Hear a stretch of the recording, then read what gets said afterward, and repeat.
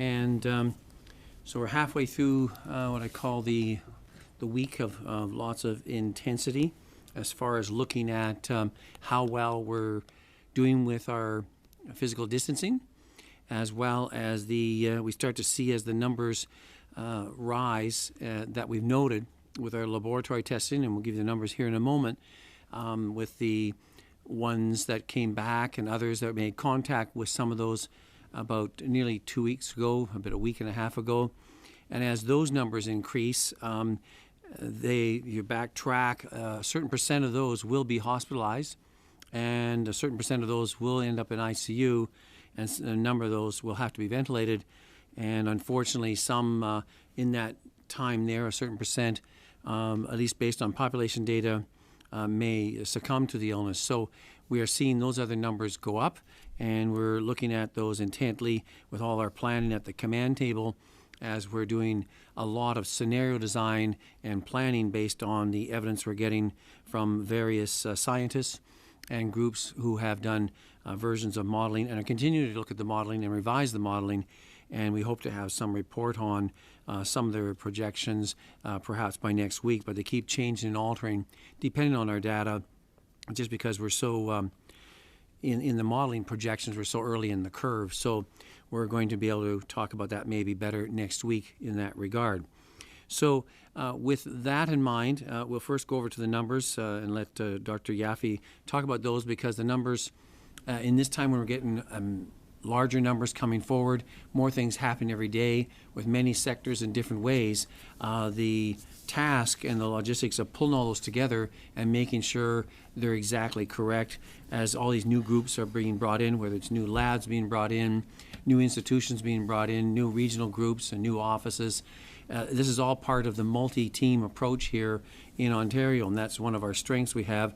We have many people at the table, many people taking part, but then the coordination is one of our challenges in there, and the overall purpose in the end is to use that collected knowledge base to protect the health of Ontarians to the best we can under these circumstances. So with the numbers that we have today, I'm going to give those over to Dr. Yaffe. Thanks very much. So the numbers as of 4 p.m. yesterday, March 31st, we have a total of 2,392 confirmed cases of COVID-19 in Ontario that have been reported in the public health information system called IFIS that's used by public health units. This is an increase of 426 cases from the previous report. We have currently a total of 37 lab-confirmed cases who have passed away. Now, there are a few things we need to note about the data. As Dr. Williams indicated, it's a complex system with many parts and players. The public health units may be publicly reporting on a death prior to updating the data in the integrated public health information system, which means that the data in that system, in IFIS, is underreported. In addition, there have been deaths that have been in outbreaks where they have not been laboratory confirmed, and they would not be included in that total. This means that cases linked to an outbreak are at this point captured separately. According to IFIS, we do know of 12 deaths related to outbreaks in long-term care facilities. Some of these have been lab confirmed, others have not. Now, on a go-forward basis, this will not be an issue because the new directive that was issued, I guess now 2 days ago, for long-term care homes is that all symptomatic individuals, both residents and staff, will be tested. So all cases will be laboratory confirmed. We continue to see the number of resolved cases increase. At this point, we are at 689, which is almost 30% of the total. In terms of hospitalizations, right now we have a total of 332 patients with COVID-19 in hospital in Ontario. Of those, 145 are in the intensive care unit, and of those 145, 98 are on a ventilator.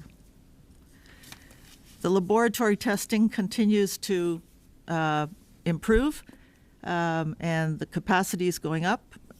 At this point, we have tested almost 58,000 individuals in Ontario for COVID-19. In the last 24 hours, 6,245 people were tested, and the backlog is down to just over 3,100. And we do anticipate the capacity to increase more over the next few weeks. Thank you.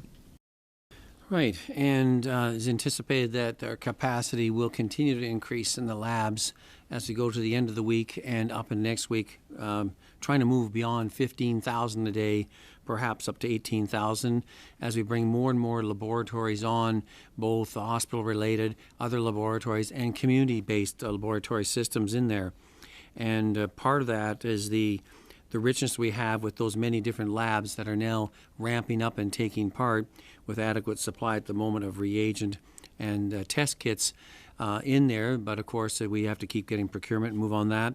That means our capacity will increase, and also the proximity of some of those labs to some of the centers, be they long-term care centers, acute care hospitals, or other ones that we're hoping to do in a systematic way to get the lab tests even more expeditiously out, and to do that in a way so we can consistently have the data flow back into the center and coordinate that so we have the correct numbers. As you can imagine, that has its challenges to do that in an accurate way, because all these ones in the busyness of doing their process of lab testing, they have to do all the data collection, all the collation, and putting those in timely manner, both to report to the local ordering physician or entity, the local health unit, and then up to the center to get those numbers in there correctly. So the challenge is the coordination. The benefit is that we have that many out there operating and ramping up even more as we speak and we go into next week on that. And I guess that's one of the things in that today we're mostly emphasizing. As I said yesterday, when we are going through all these lab tests and we're seeing what happened basically 2 weeks ago, just under 2 weeks ago, and we're going through this time when that week of the 16th of March where there's so many people were coming back, and we're dealing with the tail of that and watching that.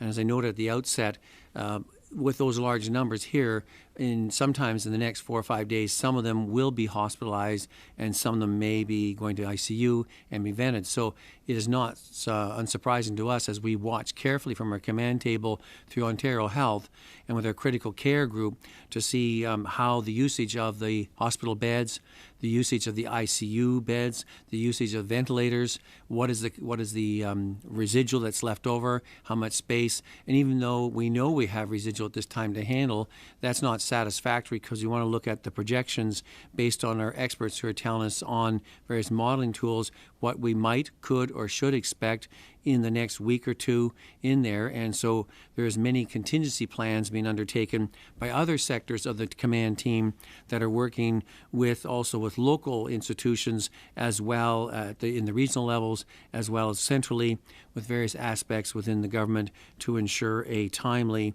and an adequate response to what we might face. Of course, with the hope that we may not, but we have to plan for those scenarios and do it accordingly. And that's one thing that I want to emphasize that while Dr. Yaffe and I get to come and talk to you once a day, we do that with a collation of the work of a large team. And so that's one of the things about Ontario. We do a team approach in this whole aspect. And while it's not one spokesperson, sometimes we bring 3 or 4 people up here. We've done that before. And that's what we like to show here, that this is a team approach. And we have big teams. And that's one of the wealth of Ontario, that we have many gathered around our command table, many on our other sub-tables to that, and I'm talking many as in the hundreds that are doing analysis and aspects and relating, corresponding with the public who are of concern, because we want to keep you informed and deal with the many components therein.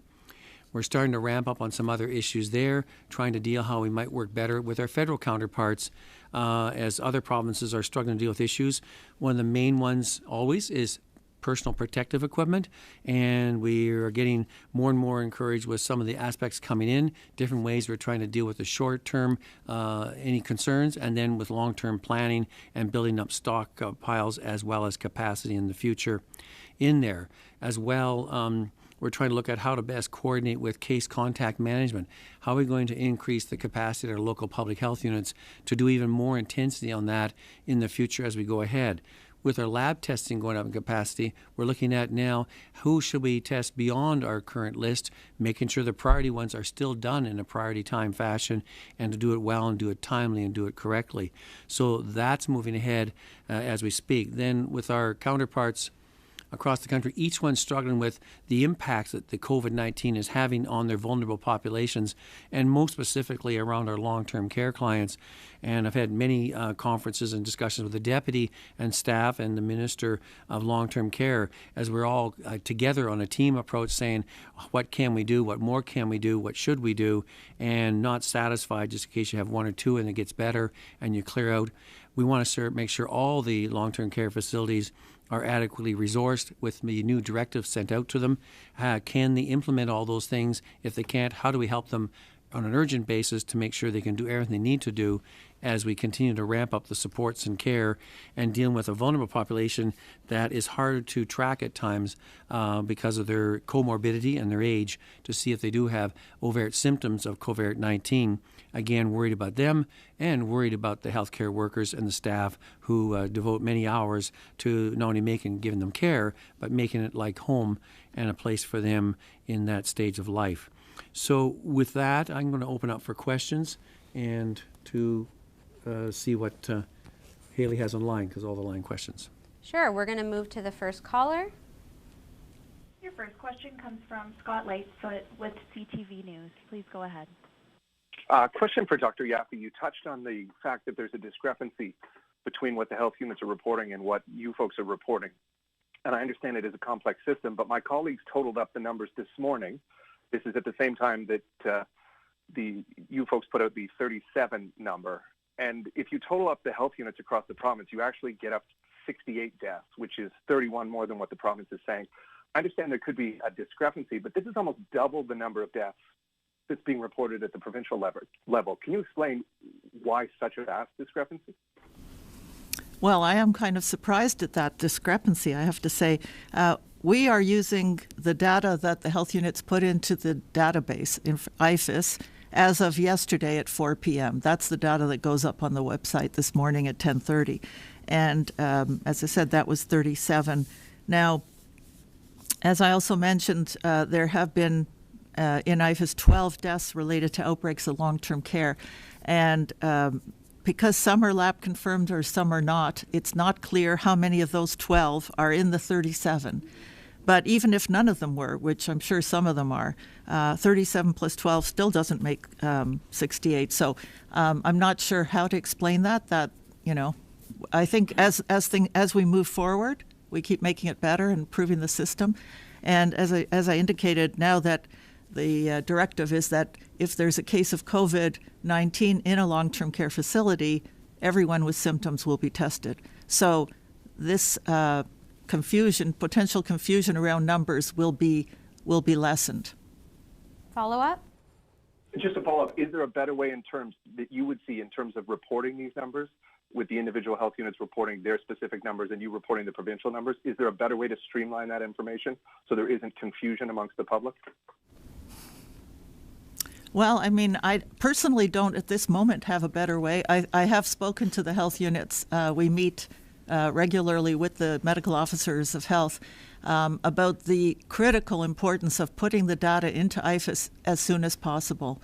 So I realize they're very busy and there's a lot of things happening, and putting data into a database doesn't feel that important, but it is important so that we can be as up-to-date as possible and as transparent as possible, and that's what we all want. Next question. Your next question comes from Allison Jones, Canadian Press. Please go ahead. Oh, hi. I wanted to ask about contact tracing. With the increasing numbers of cases that we're seeing, how are public health units keeping pace with contact tracing? And do you think that we're going to reach a point where we need to start using technology, like some other countries have, to keep tabs on those patients and their contacts? Yes, thank you for that. And this is a concern of ours. We have been quickly asking our health units to say, if we go up with this kind of case contact management, which is what we're hoping to do, because even if we were able to flatten the curve, the real grunt work of the public health really then kicks into gear even more, where all these cases are going to have to do a lot more contacting them, doing more phone calling, more investigating, and you're looking at the numbers there, and we're asking our health units, how might or should we do this one as we face this, including we may have more work to do if we deal with, in a more assertive way, with those who are returning from outside Canada, and to monitor their home quarantine, if you may. So this is a matter that we're trying to address. How would we add extra resources to them, both technological, as in IT, information systems, phone systems, other communication systems, other staff, other groups of volunteers and different things. We're trying to address that to say each health unit, because when you see the numbers across, some, as mostly around the GTHA, have a large number, and some outside have some significant numbers, but some have very few. So they're not all the same need at the same time. So we're looking at quickly how to ramp that up, not only for today, but tomorrow and in the future, because this is going to be very important in the days and weeks going ahead. Even if we were able to flatten the first wave, there's a lot of that action that has to take place throughout the whole spring into the summer to monitor and follow those ones, so you don't get I guess like a forest fire analogy, flare-ups, because that's that work even after the front goes through.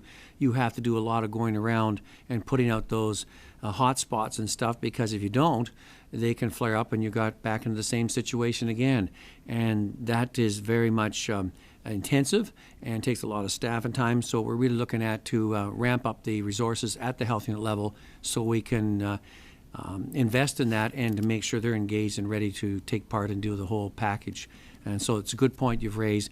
Technology, we're going to use what we can, the technology. We're using that to give a sense of some other measures in there. I know what people do with the web-based and cell phone matters and that. We do want to make sure that we connect with the people. We're using our self-assessment tool already, and we may want to build on that and use that more. So we're always looking at different ideas. We have many proposals coming in, and nothing is being rejected outright. We want to see if it might help us in that, including the time it might take to implement and get it into place. So all things are possible with these challenges ahead of us, and we have to go full force into it. Follow up? And just quickly to follow up, is your recommendation today to the local medical officers of health that they use the Health Protection and Promotion Act powers to require the patients and their contacts to self-isolate? Is that going to increase the contact tracing load on public health units?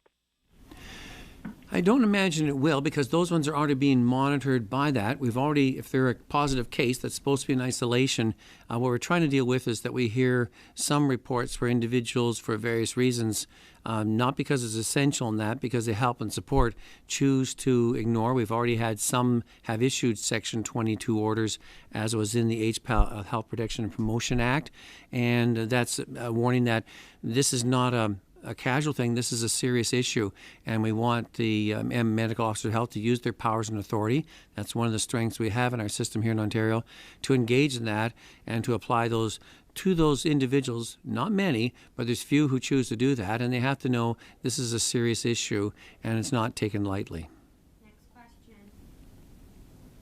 Question comes from Rob Ferguson, the Toronto Star. Please go ahead. Hi, Doctor. I wondered if we could get a little bit into the modeling. Premier Ford earlier created a bit of a stir when he said the models are kind of divergent right now, and if they released one that overestimates, it could create a panic. So this is going to worry a lot of people. Yesterday we had the United States release those modeling numbers of 100,000 to 200,000 deaths. What's the range where Ontario could fall right now? And you know that discussion yesterday had 100,000, 200,000, then I heard 1 million, 2 million. So when you're doing this type of modeling, and we've asked our scientists, and we have a group looking at that, and I have one of my staff who's a PhD in epidemiology as well looking at it. When you're on the start of I don't want to get too technical here, it's a logarithmic scale, and that means it moves up exponentially very quickly. And in those early steps, if you move it just a slight percent here and there, you go from, like the States, 100,000 to 200,000. And we want to be a bit more exact than that. That means as we get more data coming in and we get further up the curve a bit, we can get more accurate projections from our modelers. As I said at the outset, we're hoping to get something back out by next week that we have we have another full 5 days of some data and equips them with a bit more to say which projection are we on. Are we on an Italy type projection? Are we on a South Korea type projection, or somewhere in between? And so we're really asking them if they can be a bit more concise. And I think what the Premier's concerned about, that you can go, like same with the States, huge sweeps in numbers that if you don't put some credentialing on it and some aspects that allow the public to say, is that a realistic one, or what do we, because it can confuse people if you jump around between numbers and you're throwing out big ones and the next time you're going down to small ones. So we would rather not confuse the public, but we do want a plan so we have adequate to meet the different scenarios in there. So stay tuned. We hope to have something next week. Follow up? And just to follow up, you will be releasing that publicly? We hope to have something to release publicly. I've been looking forward to having something like that and to show the context of our planning and how we're preparing. Next question. Your next question comes from Jessica Smith with Queen's Park Briefing. Please go ahead. Thank you. I was hoping to ask if you could clarify a little bit about what the province can do with the Health Protection and Promotion Act. You've asked for local medical officers of health. Is it possible to do a province-wide order to have the same effect? One of the unique things about Ontario with the Health Protection and Promotion Act is that, unlike any other province or territory in Canada, where all the public health is operated under the responsibility and authority of the Ministry of Health, we have at the moment 34 independent and autonomous, relatively speaking, boards of health that have the responsibility to deliver the public health programs and services in their respective jurisdictions. They then hire a medical officer of health who is a provincial offence officer that, while being recognized by myself and by the minister, the medical officer of health doesn't directly report to me, they report to their board of health, and that's part of the responsibility. So while that has more complexity with the 34, it means that sometimes the medical officer and the board of health have much better capacity to understand the issues in their local jurisdiction and deal with those matters, including if they have to write orders, 22 orders, where sitting down here in Toronto, I may not know exactly who I should write an order on, for example, say in Sault Ste. Marie or in Cornwall, but the medical officer in those situations would understand that in the context of it, because when you're writing those orders, you don't do it casually. You want to make sure you have your evidence and information appropriate, and you want to have said you've tied the other message. You've done the education, you made the awareness, you've had the discussions, you've had the monitoring, and if the person still seems recalcitrant to that kind of activity, then you go with an order. And having been a local medical officer for many years, I didn't issue many Section 22 orders because I didn't take it casually, and I wanted to make sure that all the other things in public health, as I said already, were addressed first, and I expect that the medical officers locally will undertake to do so appropriately. Follow up? Yes, and thanks. And to follow up, I think you mentioned earlier that some 22 orders have been written. Was that in the context of COVID-19, and can you elaborate on what circumstances made that necessary? I know of one where it was COVID and the medical officer of health had said the person was supposed to isolate. The person said they had isolated, and then they found information from another source, a reliable source, that the person hadn't. And it didn't seem that that individual was taking the matter seriously enough. And so they wrote the Section 22 requiring them to adhere in that, and with the possibility of some further legal action and potentially fines, et cetera, in that regard. So I know of that one, and it was a COVID-related one, and that's the general context. I can't go into any more details on that. Next question. Your next question comes from Sneh Dugal with Queen's Park Briefing. Please go ahead. Hi, doctors. Thanks for taking our questions. I was just wondering, you issued some guidelines a few weeks ago regarding essential visitors in acute care settings, including and this would include women in labor. I'm wondering if you could clarify that recommendation. Was it that hospitals just allow the one support person in to accompany a woman in labor? And how much is kind of left up to the discretion of hospitals in this specific scenario? Okay, thank you. That was a guidance document when we wanted to limit the number of visitors coming into the acute care hospitals, and then it actually added more stringent screening of those visitors therein. So that document is a guidance document, and that said, well, they need to limit. There are some times they're going to have to be, I think, sensitive and ethically principled as far as dealing with people in unique challenges. The one wasn't letting pregnant people in labor visit. They're actually patients. It was more the family member or someone who was going in with someone whose partner was having the baby and they wanted to be there. We wanted to give enough latitude that the institution, because they're all uniquely different, they have their own issues and challenges. The hospital or the center may be in different levels of closing down because of an outbreak or potential concerns that were not there 2 days ago, but they're there now. And so I didn't want to prescribe it right because I wanted to leave the administration and the healthcare professionals at the institution to use their better judgment on decide who they should allow or exempt from it at that time, perhaps with some proper personal protective equipment on, or for certain periods of time, or in certain rooms in certain areas. Those kind of details, of course, I would have no idea what's appropriate, but they certainly do. And I think they only want what's best for the individual there, the patient, and, of course, for the care of their institution, including their patients and their healthcare workers. Follow up? Yeah, so I'm wondering, I mean, we've heard from some women who are scheduled to give birth in the next few weeks who are concerned about the fact that they're being told right now they can take one person in with them, but what if this changes, and what if they're told that they have to go in alone? We saw this happen in New York with a few hospitals. That has since been overturned. But as things stand today, do you plan to suggest any further restrictions when it comes to women in labor and the individual or individuals who can go in with them? And would you step in if a hospital does decide to go that route where they say that, we're not going to let anyone accompany the woman? There's a fair amount of ifs in there, and that's predicting and what might happen there. I think at the moment we're trying to be sense of that, and in the good old days, only one person was allowed in anyways. So that was the rules then, and only for certain times. I'm not sure they're the good old days, but they're the days.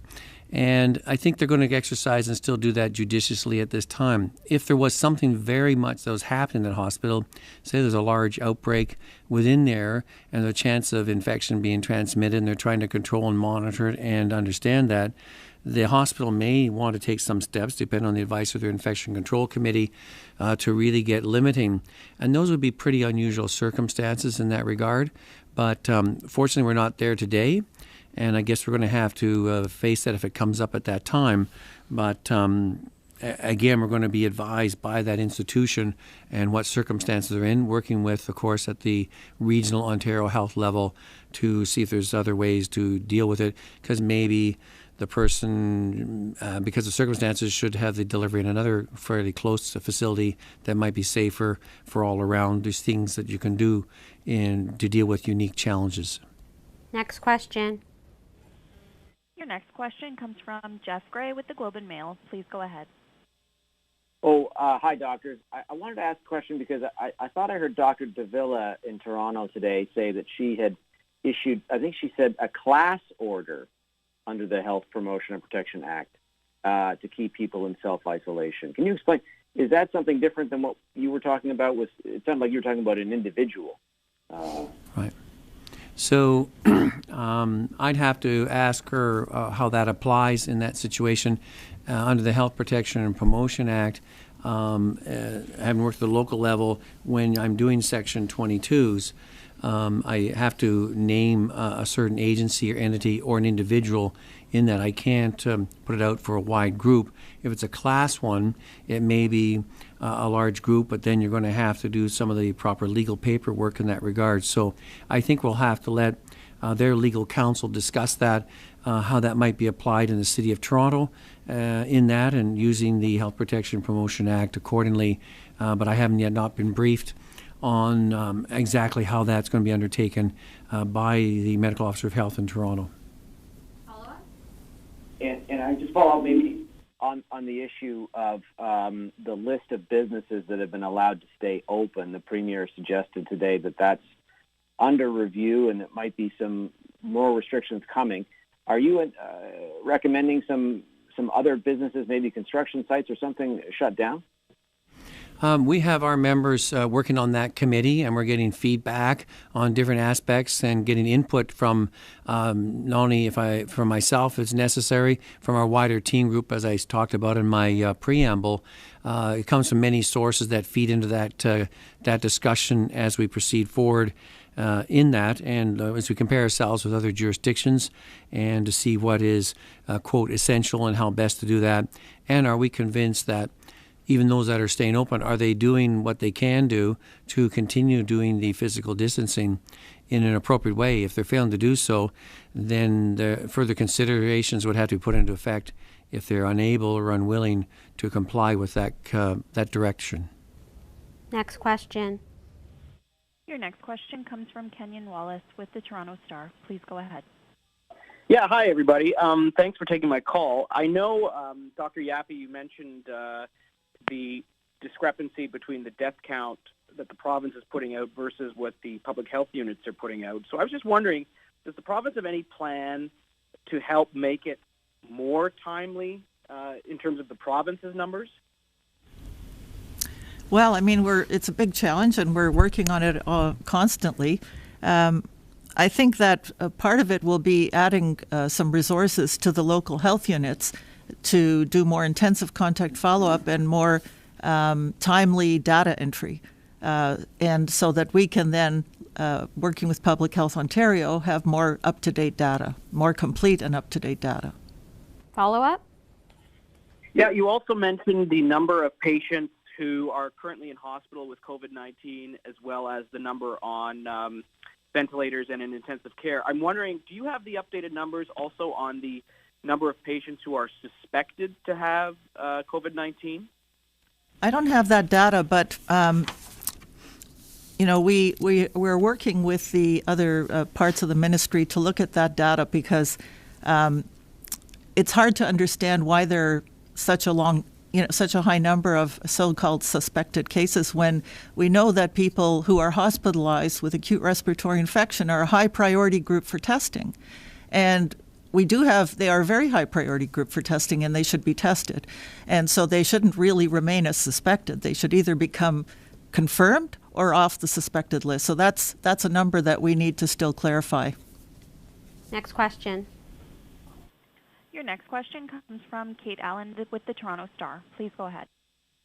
Hi, doctors. Thanks for taking my question. I know we come back to this question a lot, but I'm still hearing a lot of confusion from the public about whether or not they can or should go for a walk. And Dr. Davila included that in the very short list of things, or short list of good reasons to leave the house.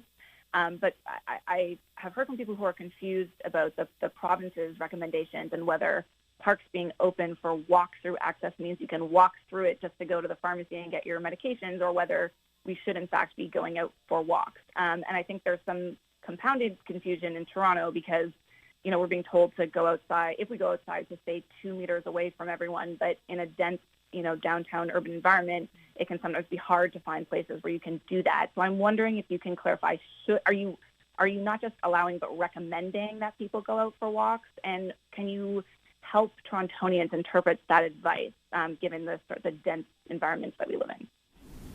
Okay.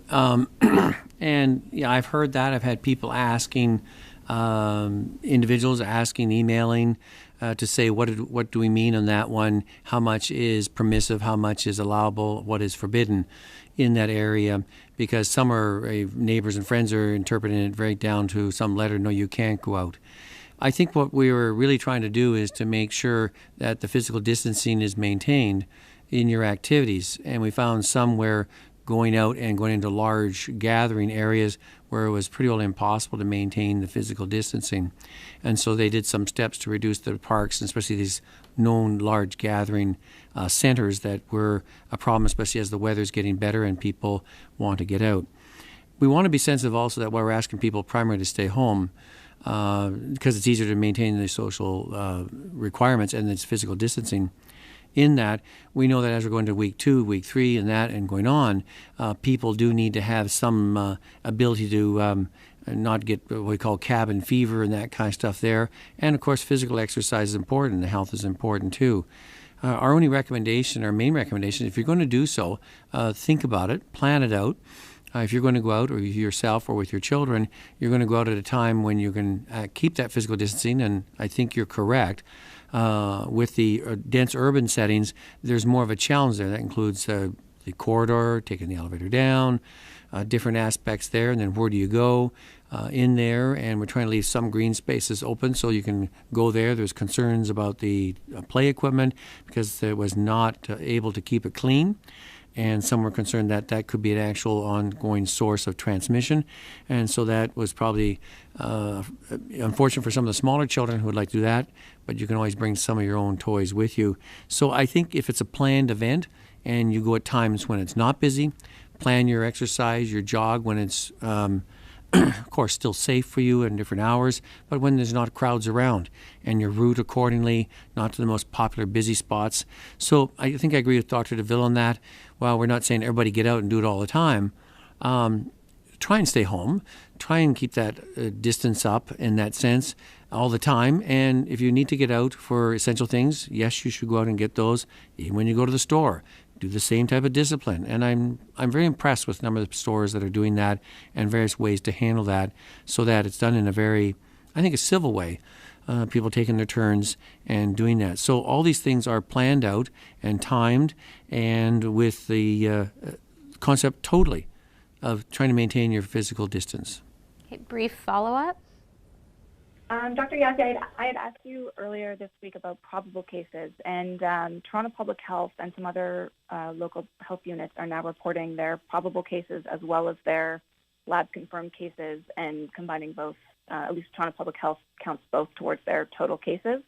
And we've spoken to researchers who say this is an important number for understanding the true burden of illness in the province. So I'm wondering again if the province will report the probable cases going forward. Well, and until we know that all the health units are actually counting probable cases and inputting them into IFAS, we would not be able to count them because it would not give us a complete picture. The other thing is probable cases generally are people who have the signs and symptoms, may have a travel history, whatever, but have not been tested, or the test came back indeterminate or inconclusive. And I think as the lab capacity goes up, there will be less probable cases. That is my hope. So, it's good that the health units have decided those that are entering the data to put it out, that's fine. But until they're all entering it, we really can't put it in. Next question. Your next question comes from Laura Stone with the Globe and Mail. Please go ahead. Oh, hi there. Dr. Yaffe, I just wanted to ask about your remarks off the top about increasing testing and how that will change figures coming out of long-term care. I was wondering if you could just expand on your recent directive to increase testing in long-term care homes, why you decided to do that, and how you think it will impact the up-to-date numbers going forward.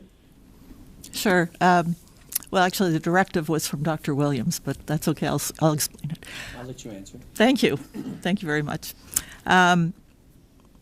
What we're seeing, certainly in the States and starting to see in all parts of Canada, is that, as we know, residents in long-term care are a very vulnerable group for a variety of reasons. They tend to be older. They tend to have comorbidities, other underlying illnesses. Their immune immune system may not be what it used to be, and they're living in a congregate setting. That is their home. And so we do see outbreaks, and we see very serious outbreaks that spread quickly with a lot of illness and, unfortunately, death. So we were using the general infection control guidelines that we have always used for respiratory infections, which we use for influenza every year. And those were basically that you would test up to 4 people on in an institution. If they all came back with the same organism, let's say it was influenza or another virus or whatever, you'd say, okay, anybody else who fits the case definition who has those symptoms, that's what they have. It's called what we call an epidemiologically linked case. So you don't need to do the test. So what we're seeing, though, with these outbreaks is we need to really get a better handle on who's infected and making sure that the strongest possible measures are in place. So the directive, one of the things in there was that when you have one suspect case, and that's one of the things, just to look for those symptoms is a challenge, particularly in seniors, in elderly people. They may not mount a fever, they may have a lot of other symptoms, and they may not have obvious symptoms. Any change in their health condition, really, it's important to say, okay, let them get tested for COVID-19. And if we have one positive case, we call that an outbreak for COVID-19. And it's important to test every other person in that facility, resident or staff, who have the symptoms. Not just 4 and say the rest are assumed.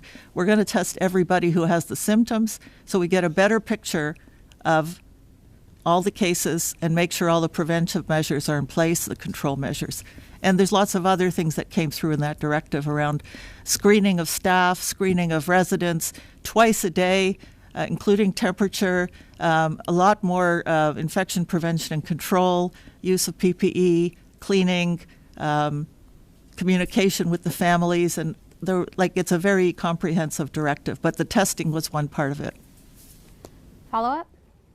And just on another topic,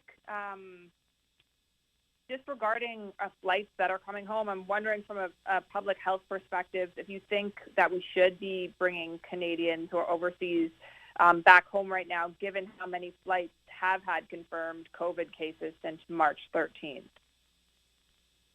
So you're talking about the flights as compared to cruise ships and that. We, unfortunately, even after we did things, some people were still out and traveling. And I think the whole COVID-19 global perspective caught a lot of them off guard. At the same time, they are Canadians. Their systems are here, their health system, as well as their physician or healthcare communities back here. I think with our method, with the the federal quarantine order, and by handling that, and we're trying to set up a good method to do that in a robust way here in Ontario in partnership with the federal authorities, and if they would come back, and assuming if they're going to fly, there should be asymptomatic when they board the plane, and a lot of countries are not allowing symptomatic people to board the plane. That if they do come back asymptomatic, they are required by law to quarantine for 14 days. In that time, and if in that time they become ill and get assessed with COVID-19, then the quarantine period is extended further. So I think with all those steps in place, if everybody, the returning Canadians are as responsible as those back here, will carry out their duties and responsibility in an appropriate and civil way, and to maintain that. If not, of course, there are some legal repercussions if they fail to do so. But again, that's a last resort. We hope they will do the right thing as they feel the safety of getting back into Canada, and then having access to health services in a timely and effective way, so that we can make sure if they do develop COVID-19, we'll give them the best care we can. And of course, we want to make sure it doesn't spread to other family members, especially the larger family and some of the vulnerable members in their community. So I think we still have a responsibility in that way, and the Prime Minister has said that. But there are limitations as countries are closing down and airlines are closing down, and it may not be that easy for people to acquire the transport to get back in the country here. Next question. Your next question comes from Afua Ba with 105.9 The Region. Please go ahead. Good afternoon, and thank you very much for taking my call. My first question is regarding hearing a petition about international medical graduates as well as recent Canadian medical graduates that they say they're willing to help. And we know that there is an increased pressure on current frontline healthcare workers. Will there be any sort of recommendation in order to maybe allow the recent Canadian medical graduates and international graduates to work alongside the healthcare workers right now that are currently facing the pressure? Well, yeah, thank you. And we have, as I said, with our big team at the command table, we have a whole group that's working on human health resources in that, and that looks at all the different groups that might be available, from volunteers to international medical graduates to medical students to various components in there. That how do we facilitate respecting existing regulatory colleges, etc., other work conditions and agreements with various organizations to be able to bolster up that. At the same time, we don't want to put them in situations where their training as such is not suited to an institution that may have specifically trained staff, but there are other things that they can do in those various settings that could free up some of their staff to move into those other areas. And again, we don't want them getting involved in those and putting them at risk. We want to make sure they're fully trained, so they're doing proper use of personal protective equipment in that. So while we respect the volunteerism, and it's been quite I would say quite encouraging, the number who want to come forward, but we want to make sure in that we're not putting anyone inappropriately in harm's way without the proper training, education, and protection. So these things, while we don't need it right today, we want to prepare as if we will need it and keep ramping them up. And as I said, we're already looking at how we might utilize some of the skills and ability in expanding our public health infrastructure to respond to the big challenges and workload ahead of us. Follow-up? My follow-up is a two-parter. So I know that there's a temporary hospital that's been being built in Quebec. There's one that is currently being built in Burlington. Would it be possible, if there is the worst-case scenario, there's right now the Mackenzie Vaughan Hospital slated to open in later this year. Would it be possible that part of that hospital could be opened up in order to maybe alleviate some of the pressure that's on current hospitals? And as well, I know that some people who have come back, who have recently traveled and are now mandated to stay at home during their 14-day quarantine, but we are hearing some who are not actually abiding by those rules. Would it maybe be better to create some sort of quarantine center, the same way that CFB Trenton created when the Canadians from the cruise ship returned, and just have those people placed there? That way they follow through their 14-day process there and then are able to go back into the community. Okay, I'll try and remember all those parts there. On the aspect of other centers and places for patients, we have a team looking at that aspect there.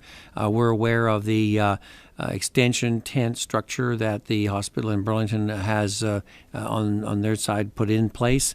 In that, we look at some other facilities that could be utilized. Those ones you mentioned, we ask our capital group to look into those to say, is it possible or not possible? And there's a lot of factors that weigh into that. That while you want to use a facility, if some of it's still being constructed, you do not want to use one that such that it would be unsafe to put people in those type of facilities in that regard. And so these all have to be taken into account. While some may seem like heroics to undertake, we want to make sure that the settings are safe, that they're functional, and that patients, if they're going to be handled there, including the healthcare workers, are going to operate in those settings, have what they need to do, and with all the proper supports and systems in place, so they're not in any increased risk to the patient, for the patient to be at risk, or the healthcare workers. So this, while it may seem painstaking, is critical to do, and you want to do it ahead of time and not in the heat of the action. So many of those things you mentioned, we are looking at, and our team is engaged in that process as I speak here. The one about the interesting concept, and we've had some discussions about that, and we know that some of the time when you kept everybody, like in the one cruise ship, on board clustered together, that did not turn out to be a good result.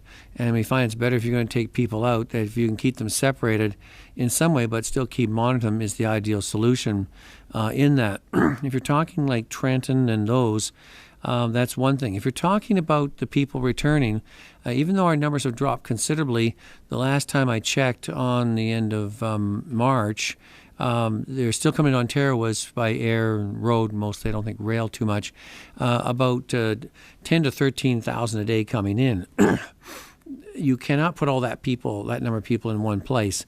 Plus, if you have a better system, that's what we're trying to build with our public health infrastructure and working sometimes with our local peace officers, etc., we can, I think, do a proper system monitoring. And I think for the most part, people will do what they need to do if they found that they understood that we are concerned, we're serious about this, and they need to be serious. And we're going to help you to do that. We're not going to leave you isolated so you're in a desperate state that you can't get food, you can't get other things. And so we have to do our part as well in that. And you can imagine those numbers. It's not inconsequential. And so that's going to really demand upon us and our peace officers in different functions working in conjunction with our federal authorities to do it well. But I think some in their own home setting could do it much better over 14 days if they really understood the need to adhere to it and they knew that we're monitoring that situation and trying to assist them in that regard. If you put them all in one center together and cluster them close, it'd be a huge facility and facilities, and then they haven't got all the infrastructure they need, and there's all the cost that someone has to pay for running those centers in there, whereas the person has a house on their own where they could do that at no extra cost to the public. So these are all things we weigh out in there, and even the federal government is thinking maybe that they would choose to have them in their home setting rather than in an institutional setting such as Trenton or the NAVCAN Center. Okay, thank you. We're moving on to the next question, and that will be our last one as we're close to being out of time. Your final question comes from Jennifer Byman with London Free Press. Please go ahead. Hello, thank you for taking my question. I was speaking to a medical officer of health today in Sarnia, and they have an outbreak at a retirement home, 11 cases linked to that place. Now, she described sort of a gray area about how public health can handle and report and manage those kinds of things because, retirement homes are not, long-term care facilities. They're sort of independent living spaces and things. So I just wanted to know, you guys have done a lot with long-term care. Just want to know how the retirement home piece sort of fits into those plans. Well, that is an excellent question, and we've been discussing that with our Ministry of Seniors, which is the ministry that has responsibility for the retirement homes. And as our retirement homes have enhanced and flourished over the last number of years, and the number of people residing in those, it's still in the concept. These are people who have they have paid for their apartment. 1 or 2 bedroom or whatever. They have their independence in that. They're used to coming and going. Some have their own vehicles. So it's in a way, like an older person's condominium. And so we're trying to respect the right that these are individuals living in those supportive services where they might have some common food services. They have usually cooking facilities in their own apartments, and they can undertake to do that. Some engage in some joint activities, some don't. So it's like a communal type living situation, still respecting that these are people living independently and are responsible in a way for their own health and their own care. In that, usually still they retain their own health care provider and go out and visit and see them. We've seen a certain sense of as the some people from long-term care, by lack of space, have gone to some of those areas, and some do require more health care. So this is a new challenge we face in the sector. We're trying to understand if we have to make any changes, and I have some of those things in the actual directives I gave out that alludes to the retirement homes, and that was upon the request of the Association of Retirement Homes, that we would try and have a more I would say, comprehensive engagement with them, and that's a new territory for public health. We haven't been asked to do that because, I said, these are much like independently living citizens, but we have a sense from the course with COVID-19 and their vulnerability that we have to move alongside and see what we can do to assist to prevent, as you noted there, outbreaks in these communal citizen areas with seniors, and many, while they're living independently and quite mobile, are well on in years, and that's to the credit of the healthcare system, but it doesn't mean they're not out of the risk category. So we're trying to do that live time as we move alongside and assist during these unique and very challenging times. Okay, follow up, and this will be the last question. Are you able to say how many outbreaks you've got in Ontario right now, both in long-term care facilities and retirement homes, even though the retirement home piece is still getting kind of figured out, or at least navigated? Well, as I... long-term, I'll do retirement. Sorry? You do long-term care homes, I'll do retirement homes. We're aware of, as I said before, 12 outbreaks in long-term care homes. I wouldn't be surprised if there were more, but that is the data as of the IFAS data from yesterday at 4 o'clock. Okay, thanks very much. In the retirement homes, the last time I looked, there was 6 that were looking at suspected retirement home outbreaks. That list is changing, as you may see, and sometimes what we're trying to do with the long-term care homes, as Dr. Yaffe already said with my directive, the first time of someone with symptoms, even though you haven't got identified cluster, we're doing the part of declaring an outbreak right from the get-go, that we may say, oh, okay, it wasn't a false alarm, but that's fine. As I said, I don't mind false alarms, but that means the numbers you might see may be quite larger as they go through that initial phase of saying, is it really an outbreak, or is it some other illness? Is it another viral illness? Is it influenza? And it's a different thing altogether. And so it may be an outbreak, but it may not be a COVID outbreak in there. But we want to ramp up the sensitivity to raise the alerts. That means those number of outbreaks by the numbers or by the classification will go up just because we've widened the definition. Okay, thanks everyone.